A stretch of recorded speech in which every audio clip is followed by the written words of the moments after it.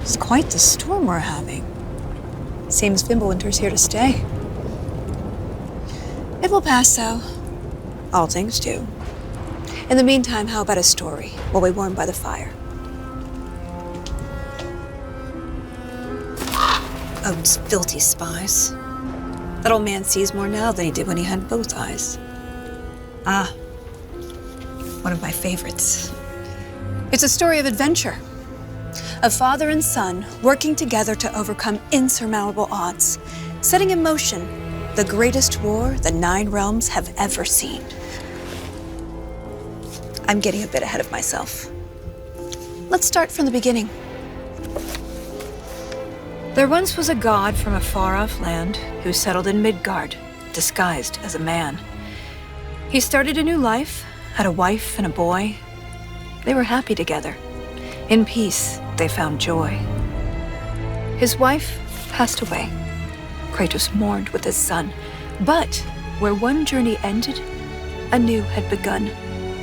Faye's final request, though it seemed rather bleak, spread my ashes atop the 9 realms' tallest peak. As they readied themselves for the long road ahead, a stranger accosted them in their homestead. Baldur sought answers as Odin's hand. Kratos gave none to the Aesir firebrand. They made way for the mountains. Kratos taught the boy skills, keeping godhood a secret but training to kill.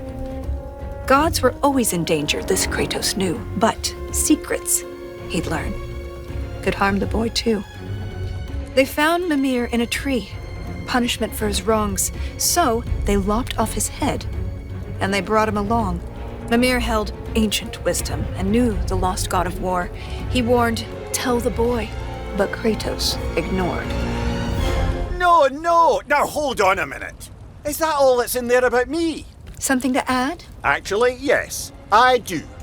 You see, Odin, in all of his dreadfully paranoid wisdom, trapped me in that bloody tree for perceived wrongs, and I led quite the colourful life before even meeting him. It all started when I was just a lad in the service of a great fairy king. Riveting stuff, really. We'll have to get back to that later. No, don't turn the page. I wasn't finished. If Mimir were telling the story, we'd be here all day. Anyways, they met Freya, masquerading as a witch in the woods. A god knows a god. She would aid where she could. She cautioned, you must tell your son he's divine. But Kratos dismissed her. He'd regret this in time. On the road, Baldur's allies, Thor's sons, attacked. Something snapped in Atreus as he tried to fight back. The Aesir lost the battle, but Atreus fell too. Kratos rushed him to Freya. She would know what to do. Freya was disheartened with the father's neglect, but with the heart of Hell's troll, she could save his son yet. Kratos thundered through Helheim and slew the great troll. He had captured its heart, but in his burned a hole. He returned with his offering. Freya cast a keen spell, and Atreus was healed, though not all was well. Kratos sat with his son, and for once he was true, revealing he was a god, and Atreus was too. Delighted at first, it seemed all would go smoothly. Then arrogance followed and bent Atreus toward cruelty. With tensions flared, Baldur preyed on their discord, casting back into Helheim Kratos and his ward.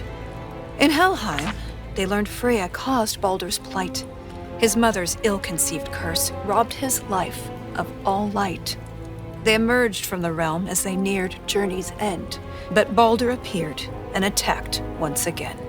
Atreus and Kratos were ready this time, stronger together with their power combined. Freya intervened on behalf of her son, begging Baldur's forgiveness for all that she'd done. Baldur strangled his mother. Kratos lunged with a snap. Baldur slumped. Freya wailed. And he died in her lap. Something changed in the world. Snow started to fall. The dawn of Fimbulwinter. The dusk of it all. Atreus asked, Is this what it means to be gods? Killing our parents, forever at odds? No! Kratos bellowed as he dropped to one knee. We will be the gods that we choose to be.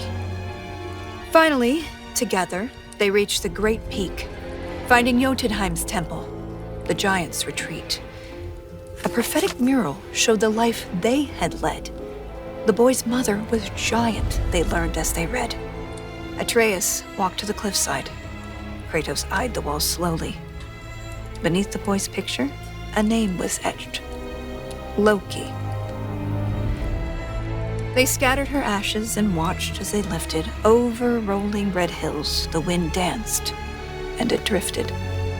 Standing side by side, feeling hopeful and new, the boy was at peace. And the father was too. With their promise fulfilled, they returned to their home. They trained day after day, lest they'd reap what they'd sown. Atreus grew restless. Wary, Kratos remained. Ragnarök loomed as the great winter waned.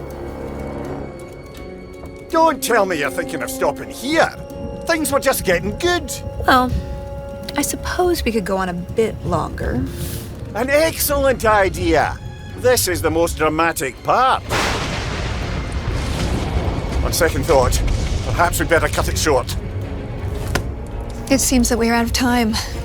If you want to know how this story ends, I'm afraid you'll have to find out for yourself.